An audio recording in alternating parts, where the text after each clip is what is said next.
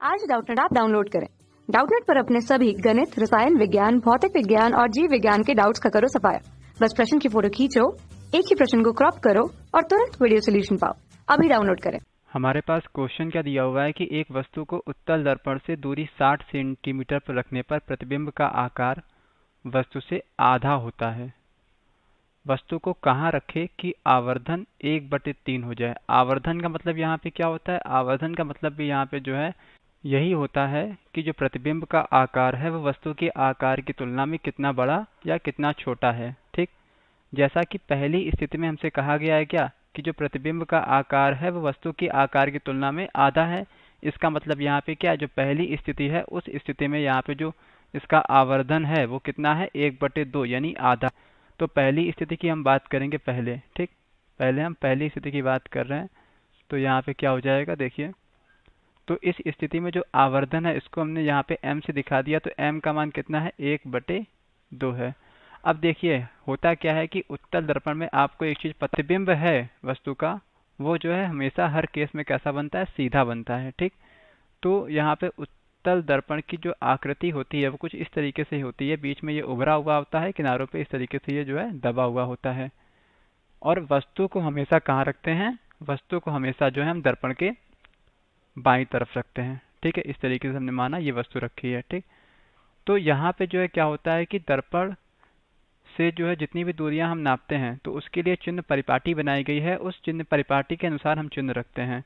तो ये चिन्ह परिपाटी हमसे ये कहती है कि दर्पण से दाईं तरफ की, या हम यूँ कहें कि आपतित प्रकाश की ही दिशा में जितनी भी दूरियां हम नापेंगे वो कैसी होंगी, धनात्मक होंगी। और आपतित प्रकाश की विपरीत दिशा में जितनी भी दूरियां हम नापेंगे वो कैसी होंगी, वो जो है ऋणात्मक होंगी। ठीक है, या हम यूँ कहें कि लेंस के बाईं तरफ ये जो मध्य बिंदु होता है ये ध्रुव होता है। ठीक है, इसको हम यहाँ पे P से दिखाते हैं।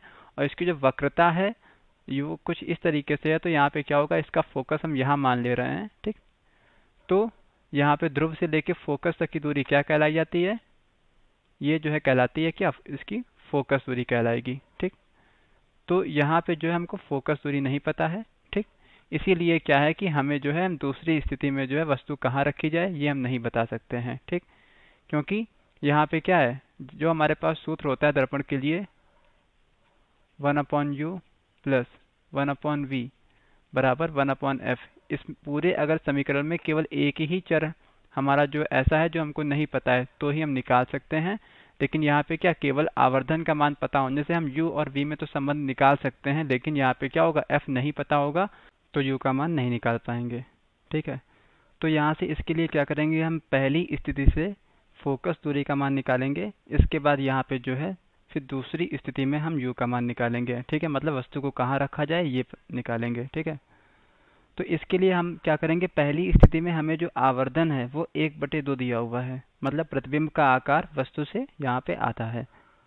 तो यहाँ पे क्या होता है, बराबर में एक सूत्र होता है -v/u, यानी यहाँ पे जो है आवर्धन का एक सूत्र होता है m बराबर -v/u।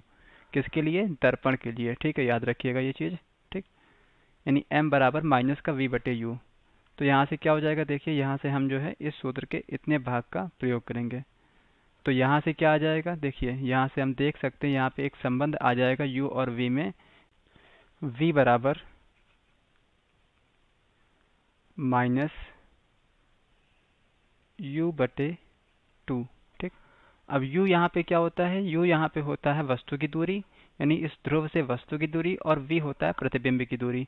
तो यहाँ पे हमने मान लिया वस्तु हमारी जो है कहीं यहाँ पे रखी है। ठीक, ये क्या है, ये हमारी वस्तु है। तो यहाँ पे क्या हो जाएगा कि इस ध्रुव से लेके वस्तु तक की दूरी को हम यहाँ पे क्या कहेंगे, इसको हम यहाँ पे स्मॉल u से दिखाएंगे। और स्मॉल u का मान कैसा होगा, -60 सेंटीमीटर। माइनस क्यों, क्योंकि यहाँ पे जो है इसको u को नापने के लिए हम दर्पण के बाईं तरफ चलेंगे। ठीक, तो अब यहाँ से हम v का मान निकाल सकते हैं, क्योंकि v बराबर क्या है, माइनस का u/2। तो यहाँ से क्या हो जाएगा, देखिए इधर देखिए, v बराबर क्या हो जाएगा, -u का मान कितना है, -60/2। तो यहाँ से v कितना आ गया, v आ गया कितना, +60/2, यानी ये आ गया +30 सेंटीमीटर। ठीक है, क्योंकि यहाँ पे क्या है, ये दूरी है, तो दूरी का मात्रक यहाँ पे क्या है, u का मान अगर सेंटीमीटर में है तो v का मान भी किस में आएगा, सेंटीमीटर में ही आएगा। तो v बराबर क्या आ गया, प्लस का 30 सेंटीमीटर। ठीक है, तो इस तरीके से यहाँ पे जो है v का मान आ गया और u का मान हमको जो है ये मिल गया। तो अब हम फोकस दूरी इसकी निकाल सकते हैं। अच्छा, v का मान धनात्मक आ रहा है, इसका मतलब यहाँ पे क्या है कि जो इसका प्रतिबिंब बनेगा वो जो है इस तरीके से यहाँ पे दर्पण के पीछे इधर कहीं बनेगा। ठीक है, यहाँ पे कहीं बनेगा। ठीक, आभासी रहेगा तो सीधा भी रहेगा। ठीक, तो अब यहाँ पे u, v और f में हमारा संबंध ये होता है, तो यहाँ से क्या हो जाएगा, 1/f बराबर क्या हो जाएगा, 1/u। u का मान कितना है, -60 प्लस 1/v, v का मान कितना है, प्लस का 30। ठीक, तो इस तरीके से यहाँ पे 1/f बराबर कितना आ जाएगा, -1/60 प्लस 1/30। तो यहाँ से 1/f बराबर कितना आ जाएगा, 60 और 30 का यहाँ पे लासा लेंगे तो यहाँ पे कितना आ जाएगा, देखिए यहाँ पे 60 और 30 का लासा 60 आ जाएगा। ठीक, तो यहाँ पे क्या आ जाएगा, माइनस का 1, यहाँ पे क्या आ जाएगा, प्लस का 2। तो यहाँ से क्या हो जाएगा, 1/f बराबर 1/60। यानी यहाँ से क्या आ गया कि जो इसकी फोकस दूरी आ गई वो कितनी आ गई, प्लस का 60 सेंटीमीटर। यहाँ पे याद रखिए, वैसे भी उत्तल दर्पण की जो फोकस दूरी आएगी वो हमेशा धनात्मक आएगी। ठीक, अब यहाँ पे क्या है, अब जब तक दर्पण चेंज नहीं होगा तब तक फोकस दूरी यही रहेगी। ठीक, तो अब दूसरी स्थिति में देखा जाए तो हमसे पूछा गया है कि वस्तु को कहाँ रखा जाए कि आवर्धन 1/3 हो जाए। ठीक, तो उत्तल लेंस के केस में आवर्धन धनात्मक ही रहेगा। ठीक, तो इस अब यहाँ पे दूसरी स्थिति की बात करेंगे हम। तो दूसरी स्थिति में जो आवर्धन है उसको हम यहाँ पे m से दिखा रहे हैं, तो m कितना है, 1/3 है। ठीक, तो m बराबर क्या होता है, हमने अभी देखा क्या होता है, यहाँ पे माइनस का v/u। ठीक, तो यहाँ पे v और u क्या है, ये सब दूसरी स्थिति में यहाँ पे प्रतिबिंब की दूरी और यहाँ पे u क्या है, वस्तु की दूरी है। ठीक, तो यहाँ से हम जो एक संबंध निकाल सकते हैं कि यहाँ से क्या आ जाएगा कि v बराबर कितना आ जाएगा, v बराबर आ जाएगा -u/3। ठीक, हमने v का मान ही u के पदों में रखा क्योंकि हमें u का मान निकालना है और आगे जो समीकरण बनेगा उसमें हम क्या करेंगे, v का मान u के पदों में रखेंगे। यानी पूरा का पूरा जो समीकरण है वो u के पदों में होगा, तभी हम u का मान निकाल पाएंगे। ठीक, तो यहाँ से क्या हो जाएगा, देखिए अब फिर वही जो है यहाँ पे क्या होगा, संबंध जो होता है u, v और f में वो लगाएंगे। तो क्या होता है, 1/u प्लस 1/v बराबर 1/f।